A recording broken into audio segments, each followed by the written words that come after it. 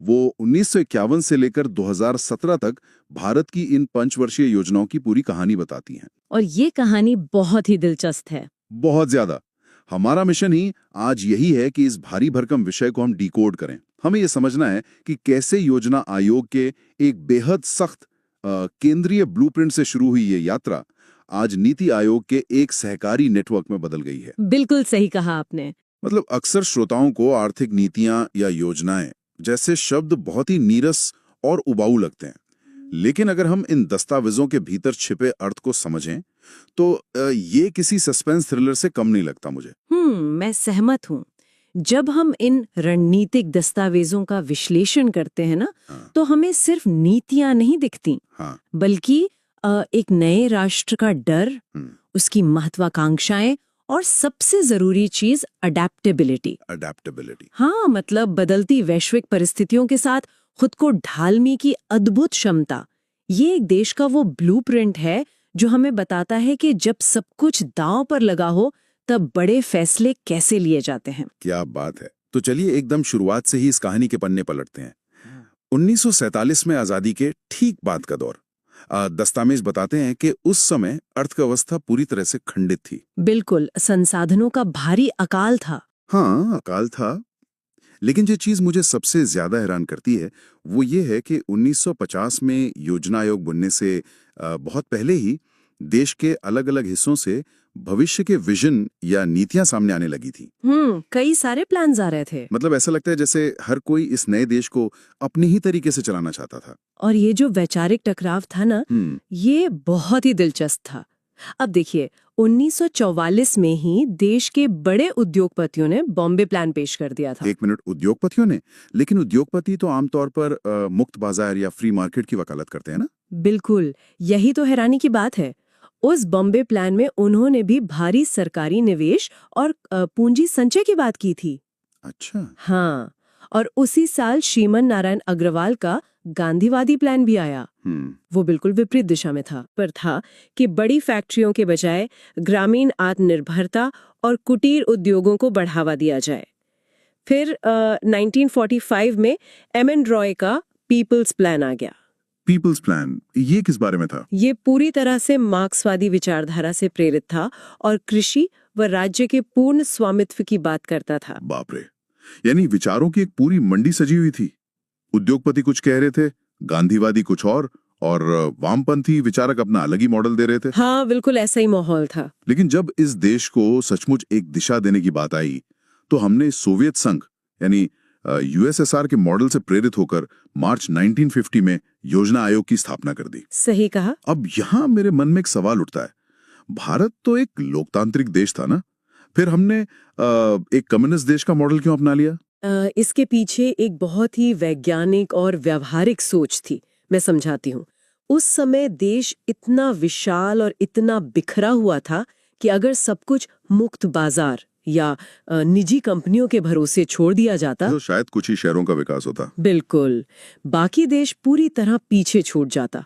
Soviet model ने दुनिया को दिखाया था कि कैसे एक केंद्रीय सत्ता पूरे देश के संसाधनों को एक दिशा में मोड़कर तेजी से औद्योगिकरण कर सकती है। समझ रहा हूँ। इसी से प्रेरित होकर योजना आयोग ने 5 रणनीतिक स्तंभ तय किए। वो 5 स्तंभ क्या थे? उच्च विकास दर, पूर्ण रोजगार, आधुनिकीकरण, आत्मनिर्भरता और सामाजिक न्याय। ये तो एक बेहद महत्वाकांक्षी ढांचा लग रहा है। था ही। अगर हम पहली 2 योजनाओं की वास्तुकला को देखें तो ये मुझे एक घर बनाने जैसा लगता है। घर बनाने जैसा कैसे? देखिए, पहली योजना जो 1951 से 1956 तक चली, वो हैरोल्ड डोमर मॉडल पर आधारित थी। उसने कृषि को सर्वोच्च प्राथमिकता देकर देश की नींव रखी। भाखड़ा नांगल और हीराकुंड जैसे विशाल डैम बनाए गए। सही एनालॉजी है। और फिर दूसरी योजना जो 1956 से 1961 तक थी, जिसे महालनोबिस मॉडल कहा जाता है, उसने भारी उद्योगों के रूप में इस घर की दीवारें खड़ी कर दी। बिल्कुल, भिलाई, दुर्गापुर और राउरकेला में बड़े इस्पात संयंत्र लगे। हाँ, लेकिन यहाँ मुझे एक बात खटकती है। 1950 के दशक में देश के पास लोगों का पेट भरने के लिए पर्याप्त अनाज तक नहीं था, तो फिर ऐसे में अपना सारा पैसा भारी भरकम स्टील प्लांट लगाने में झोंक देना क्या ये एक बहुत बड़ा जोखिम नहीं था? ये एक बहुत ही शानदार सवाल है मतलब हमने कृषि पर ही पूरा फोकस क्यों नहीं रखा? और यहीं पर पीसी महालनोबिस की रणनीतिक दूरदर्शिता काम आती है। देखिए, अगर हम सिर्फ कृषि पर ध्यान देते और बाहर से मशीनें आयात करते रहते तो हम हमेशा दूसरे देशों पर निर्भर रहते। बिल्कुल। महालनोबिस का तर्क था कि हमें मशीनें बनानी होंगी। अरे वाह, मशीनें बनाने वाली मशीनें। हाँ, अगर आज हम स्टील प्लांट लगाते हैं तो कल उस स्टील से हम खुद की ट्रैक्टर बना सकेंगे, खुद की ट्रेनें बना सकेंगे। ये पूंजीगत वस्तुओं यानी कैपिटल गुड्स पर दांव लगाने की रणनीति थी। ये तो एक लंबी रेस का घोड़ा था। हाँ, और दिलचस्प बात यह है कि शुरुआत में ये दांव सफल भी रहा। पहली योजना का लक्ष्य 2.1% विकास दर था, लेकिन हासिल हुई 3.6%। कमाल है। दूसरी योजना में भी 4.5% के लक्ष्य के मुकाबले 4.27% की दर हासिल हुई। सब कुछ एक स्वस्फूर्त अर्थव्यवस्था की ओर जा रहा था। मतलब ऐसा लग रहा था कि हमने विकास का जादुई फॉर्मूला खोज लिया है। और इसी अति आत्मविश्वास में 1961 में तीसरी योजना शुरू की गई। चक्रवर्ती और सैंडी मॉडल पर। हाँ, लक्ष्य रखा गया 5.6% विकास दर। लेकिन जब नतीजे आए तो विकास दर केवल 2.4% पर सिमट गई। ऐसा लगा जैसे वो जो विकास का घर बन रहा था ना, उस पर अचानक कोई उल्का पिंड गिर गया हो। बहुत सही कहा आपने। आखिर इस तीसरी योजना में ऐसा क्या टूट गया कि सब कुछ पटरी से उतर गया? देखिए, कोई भी योजना, चाहे वो कितनी भी वैज्ञानिक क्यों ना हो, भू राजनीतिक झटकों के आगे बेबस हो सकती है। भू राजनीतिक झटके। हाँ, ये वो दौर था जब बाहरी दुनिया ने हमारी अर्थव्यवस्था को तोड़कर रख दिया। 1962 में चीन भारत युद्ध हुआ, जिसने हमें ये कड़वा सच दिखाया कि बिना सैन्य शक्ति के कोई आर्थिक विकास सुरक्षित नहीं है। सुरक्षा सबसे पहले है। बिल्कुल। संसाधनों को अचानक विकास कार्यों से हटाकर रक्षा बजट में डालना पड़ा। हम इससे उबर भी नहीं पाए थे कि 1965 में भारत पाकिस्तान युद्ध शुरू हो गया। बाप रे, एक के बाद एक झटके। और जैसे ये सब काफी नहीं था, 1965 और 1966 के बीच देश ने सदी के सबसे भीषण सूखे का सामना किया। कृषि उत्पादन औंधे मुंह गिर गया। और यही वो बिंदु था जिसका मैंने शुरुआत में जिक्र किया था। जब खजाना पूरी तरह खाली हो गया तो 1966 से 1969 तक हमें नियमित पंचवर्षीय योजनाओं को रोकना पड़ा, जिसे योजना अवकाश या प्लान हॉलिडेज कहा गया। हाँ, हॉलिडेज। अब ये नाम भले ही हॉलिडे हों, लेकिन दस्तावेजों से साफ है कि ये देश के लिए एक भयंकर सर्वाइवल मोड था। हमारे पास आगे की योजना बनाने के पैसे ही नहीं थे। बिल्कुल, वो एक आपातकालीन स्थिति थी जहां हमें वार्षिक योजनाएं बनानी पड़ी। संकट इतना गहरा था कि 1966 में हमें अपनी ही मुद्रा यानी रुपए का अवमूल्यन करना पड़ा, डीवैल्यूएशन। इस अवमूल्यन वाले हिस्से को थोड़ा और बारीकी से समझते हैं। कई बार लोग सोचते हैं कि अपनी ही करेंसी की कीमत गिराने से किसी देश का क्या फायदा हो सकता है। ये एक हताशा भरा कदम था या कोई सोची समझी रणनीति थी? ये एक बेहद कड़वी लेकिन जरूरी दवा थी। मैं आपको बताती हूँ कैसे। जब आप अपनी मुद्रा की कीमत डॉलर के मुकाबले गिराते हैं तो अंतरराष्ट्रीय बाजार में आपके उत्पाद सस्ते हो जाते हैं। अच्छा, मान लीजिए जो कपड़ा पहले $1 में आता था, अब मूल्यन के बाद विदेशी खरीदार उसी $1 में ज्यादा कपड़ा खरीद सकते हैं। इससे निर्यात बढ़ता होगा। बिल्कुल, इससे निर्यात बढ़ता है और देश के भीतर विदेशी मुद्रा आती है, जिसकी उस समय हमें बहुत सख्त जरूरत थी। और इसी सर्वाइवल मोड में हमने हरित क्रांति का बीजारोपण भी तो किया था। हाँ, ग्रीन रेवोल्यूशन। ये कोई सामान्य कृषि नीति नहीं थी, ये एक जीवन रक्षक प्रणाली थी। उन्नत बीजों और उर्वरकों के जरिए ये सुनिश्चित किया गया कि हम अनाज के लिए किसी विदेशी जहाज का इंतजार ना करें। सही बात है। और जब भुखमरी का वो संकट थोड़ा टला तो 1969 में चौथी योजना शुरू हुई। इसमें एक बहुत ही आक्रामक कदम उठाया गया, 14 प्रमुख निजी बैंकों का राष्ट्रीयकरण। अब ये बात थोड़ा सोचने पे मजबूर करती है। उस समय योजना का लक्ष्य स्थिरता के साथ विकास था, लेकिन रातों रात 14 बड़े प्राइवेट बैंकों पर सरकारी नियंत्रण थोप देना, ये स्थिरता कैसे ला सकता है? देखने में तो ये अजीब लगता है। हाँ, मतलब क्या ये बाजार में दहशत फैलाने वाला कदम नहीं था? अगर हम इसे महज आर्थिक चश्मे से देखेंगे तो ये एक झटके जैसा लगता है, लेकिन हमें इसे उस समय के सामाजिक परिदृश्य से समझना होगा। वो कैसे? उस समय तक बैंकों का सारा पैसा केवल कुछ गिने चुने बड़े व्यापारिक घरानों तक ही सीमित था। वे बैंक किसानों या छोटे व्यापारियों को लोन बिल्कुल नहीं देते थे। अच्छा, सारा पैसा अमीरों के पास था। हाँ, नीतियां अब सिर्फ जीडीपी ग्रोथ से हटकर सामाजिक न्याय की तरफ मुड़ रही थीं। बैंकों के राष्ट्रीयकरण का मूल मकसद उस पूंजी को उन चंद हाथों से निकालकर ग्रामीण शाखाओं और कृषि क्षेत्र तक पहुंचाना था। मतलब पैसा वहां पहुंचाना जहां उसकी सबसे ज्यादा जरूरत थी। बिल्कुल। और इसी विचारधारा का चरम हमें 1974 से 1978 तक चली 5वीं योजना में दिखता है, जब ऐतिहासिक गरीबी हटाओ का नारा गूंजा और न्यूनतम आवश्यकता कार्यक्रम यानी एमएनपी लागू किया गया। हाँ, वो दौर बहुत अहम था। लेकिन फिर राजनीतिक उथल-पुथल का दौर आ गया।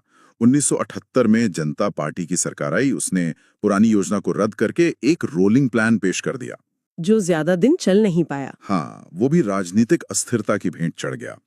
इन सबसे गुजरते हुए हम 1980 के दशक में आते हैं।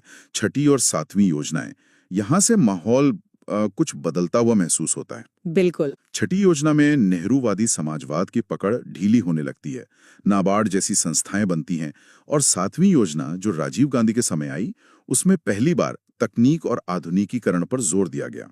हाँ, 7वीं योजना तक आते आते ये स्पष्ट होने लगा था कि सिर्फ पुराने उद्योगों के सहारे दुनिया से मुकाबला नहीं किया जा सकता। कंप्यूटर और संचार तकनीक की जरूरत महसूस होने लगी थी, लेकिन अर्थव्यवस्था अभी भी दुनिया के लिए एक तरह से बंद थी। हम अभी भी आयात और विदेशी निवेश पर कड़े नियंत्रण रखे हुए थे। और इसी नियंत्रणवादी सोच का गुब्बारा 1991 में पूरी तरह से फूट गया। बिल्कुल फूट गया। 1991 का ऐतिहासिक बैलेंस ऑफ पेमेंट संकट, ये वो बिंदु है जहां पूरी कहानी 180 डिग्री घूम जाती है।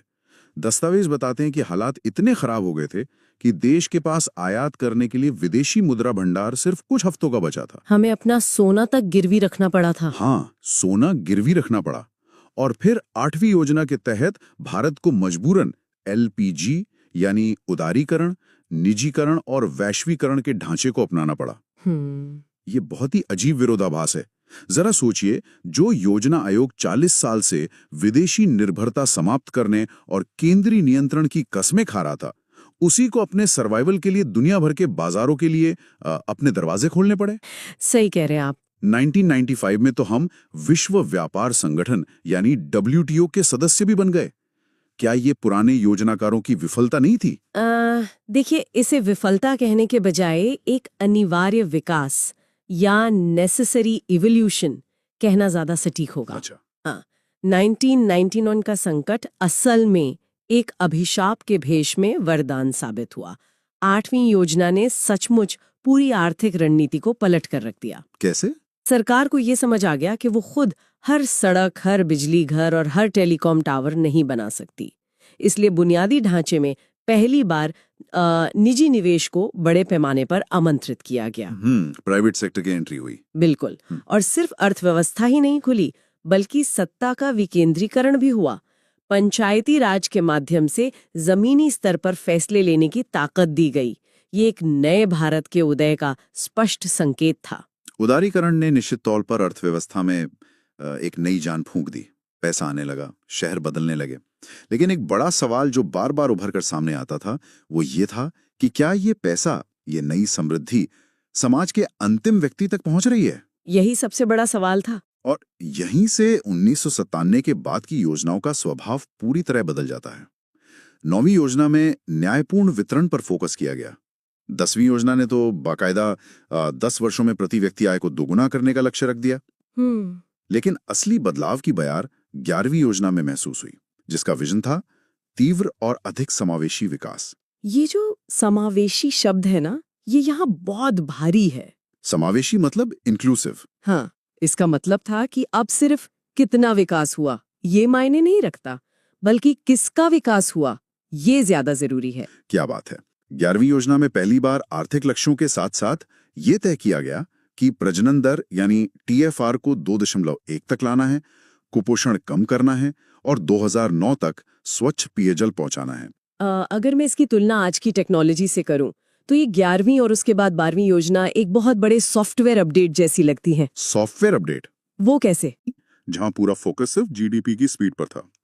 लेकिन 12वीं योजना तक आते आते ये अपडेट सिर्फ स्पीड के बारे में नहीं रहा, बल्कि यूजर एक्सपीरियंस यानी आम नागरिक के अनुभव के बारे में हो गया। बहुत ही बेहतरीन एनालॉजी है। इस 12वीं योजना के लक्ष्यों का जो अंतिम डैशबोर्ड था ना, वो सचमुच हैरान करने वाला है। उस डैशबोर्ड को समझना बहुत जरूरी है, क्योंकि वो हमारे आर्थिक इतिहास का एक तरह से मास्टरपीस था। इसमें 8% औसत वार्षिक जीडीपी विकास दर का लक्ष्य तो था ही, साथ ही कृषि में 4% की निरंतर वृद्धि और गैर कृषि क्षेत्रों में 5 करोड़ नए रोजगार पैदा करने की बात थी। और बात सिर्फ यहीं खत्म नहीं हुई। इसी डैशबोर्ड में ये भी तय किया गया कि स्कूलों में लड़कों और लड़कियों के बीच के अंतर को खत्म किया जाएगा, 0 से 3 वर्ष के बच्चों में कुपोषण को घटाया जाएगा, देश के हर गांव तक बिजली पहुंचाई जाएगी और 90% परिवारों को बैंकिंग सिस्टम से जोड़ा जाएगा। मतलब अब सफलता का पैमाना ये नहीं था कि हमने कितने टन स्टील बनाया है, बल्कि ये था कि कितने बच्चों को कुपोषण से बचाया गया। और यही वो बिंदु आता है जहां हमें ये स्वीकार करना पड़ता है कि शासन और अर्थव्यवस्था की जटिलताएं बहुत ज्यादा बढ़ चुकी थीं। काफी बदल गई थी चीजें। जब सफलता के पैमाने इतने विविध और इतने जमीनी हो जाएं, तो उन्हें दिल्ली के किसी एक कमरे में बैठकर पूरे देश के लिए लागू नहीं किया जा सकता। बिल्कुल सटीक बात कही आपने। और इसी से वो सबसे बड़ा सवाल पैदा होता है। कौन सा सवाल? अगर 12वीं योजना का विजन इतना परिपक्व था और योजना आयोग इतने बेहतरीन लक्ष्य तय कर रहा था, तो फिर 65 साल पुराने इस शक्तिशाली संस्थान को 2015 में अचानक हमेशा के लिए क्यों खत्म कर दिया गया? ये सवाल अक्सर पूछा जाता है। 1 जनवरी 2015 को योजना आयोग को इतिहास बनाकर उसकी जगह नीति आयोग को क्यों लाया गया? इसका जवाब उस बदलती हुई दुनिया में छिपा है जिसमें अब हम जी रहे हैं। देखिए, योजना आयोग ने निस्संदेह देश को एक दिशा दी, लेकिन उसकी काम करने की पद्धति ऊपर से नीचे यानी टॉप डाउन थी। मतलब ऊपर से आदेश आया और नीचे मानना पड़ेगा। हाँ, ये सबके लिए एक ही नियम या वन साइज फिट्स ऑल वाले सिद्धांत पर काम करता था। लेकिन 21वीं सदी के भारत में ये संभव नहीं है। क्यों नहीं है संभव? क्योंकि जो आर्थिक नीति या योजना केरल के लिए बेहतरीन है, जरूरी नहीं कि वो बिहार या उत्तर पूर्व के राज्यों में भी उसी तरह काम करे। राज्यों की चुनौतियां अलग हैं, उनकी ताकतें अलग हैं। हाँ, सबकी अपनी अलग जरूरतें हैं। इसी संरचनात्मक समस्या को सुलझाने के लिए नीति आयोग का उदय हुआ।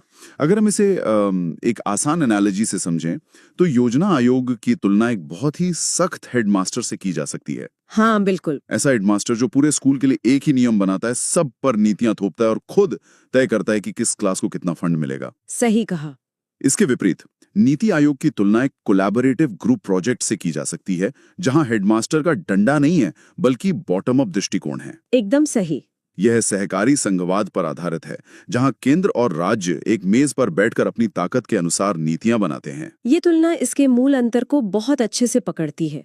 रणनीतिक रूप से देखें तो योजना आयोग मंत्रालयों और राज्यों को फंड आवंटित करने की शक्ति रखता था, जो उसे बहुत शक्तिशाली बनाता था। हाँ, पैसे का कंट्रोल था उनके पास। लेकिन नीति आयोग के पास फंड आवंटन की कोई शक्ति नहीं है। वो जिम्मेदारी अब वित्त मंत्रालय के पास है। नीति आयोग विशुद्ध रूप से एक सलाहकार थिंक टैंक और ज्ञान का केंद्र है। इसका काम राज्यों को ये बताना है कि दुनिया में सबसे बेहतरीन तकनीक और नीतियां कहाँ हैं और उन्हें हमारे यहाँ कैसे लागू किया जा सकता है। और ये आधुनिक दृष्टिकोण नीति आयोग की नई पहलों में साफ झलकता भी है, जैसे अटल इनोवेशन मिशन, जो स्कूलों से लेकर उद्योगों तक नवाचार और उद्यमशीलता का एक पूरा इकोसिस्टम बना रहा है। बिल्कुल। या फिर उनका आकांक्षी जिला कार्यक्रम। ये कार्यक्रम मुझे बहुत दिलचस्प लगता है, क्योंकि ये पुराने जमाने की तरह 5 साल पुराने सर्वे पर निर्भर नहीं है। हाँ, ये रियल टाइम डेटा पर आधारित है। सुधार करना है। इसके अलावा तटीय रोजगार क्षेत्र जैसी योजनाएं हैं, जो चीन की तरह विशाल विनिर्माण केंद्र बनाकर वैश्विक बाजार पर कब्जा करने की रणनीति का हिस्सा हैं। यहाँ ये स्पष्ट करना बहुत जरूरी है कि योजना आयोग और नीति आयोग के बीच का बदलाव कोई वैचारिक दुश्मनी नहीं है। तो फिर क्या है? यह एक स्वाभाविक प्रगति है। योजना आयोग हमारे इतिहास का उत्प्रेरक था, द कैटलिस्ट। हाँ। उसने ऐसे समय में देश की नींव मजबूत की जब हमारे पास सुई से लेकर अनाज तक का अभाव था।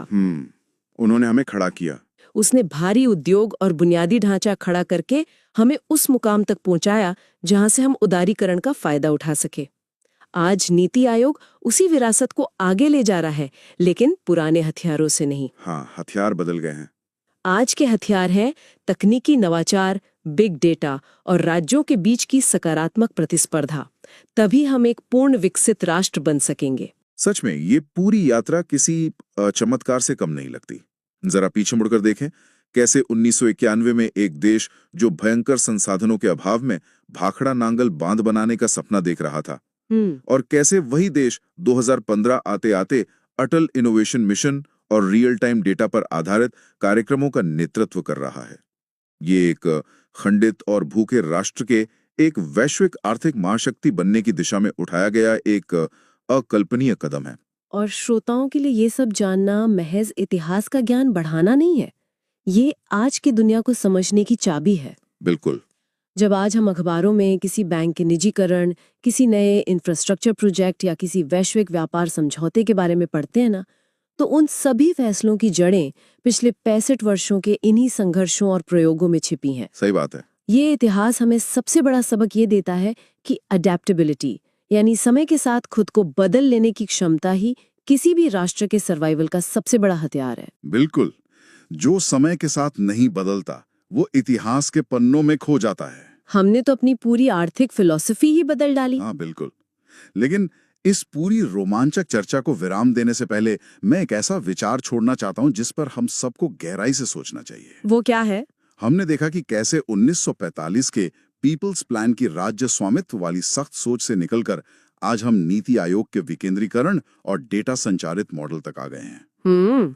जिस तेजी से ये बॉटम अप और रियल टाइम डेटा अप्रोच बढ़ रही है, जरा कल्पना कीजिए 2050 में देश की नीतियां कैसी बनेंगी। ये बहुत ही दिलचस्प सवाल है। क्या भविष्य में हमें इन 5 वर्षीय या 15 वर्षीय विजन दस्तावेजों की जरूरत ही पड़ेगी, या फिर हम एक ऐसे युग में प्रवेश कर जाएंगे जहां आर्टिफिशियल इंटेलिजेंस और बिग डेटा के जरिए हर दिन, हर मिनट, हर सेकंड अर्थव्यवस्था का रियल टाइम नियोजन हो रहा होगा। क्या बात है। क्या इंसान नीतियां बनाएंगे या एल्गोरिदम ये तय करेंगे कि किस जिले को आज किस चीज की सबसे ज्यादा जरूरत है? ये सचमुच एक ऐसा सवाल है जो रोमांचित भी करता है और थोड़ा डराता भी है।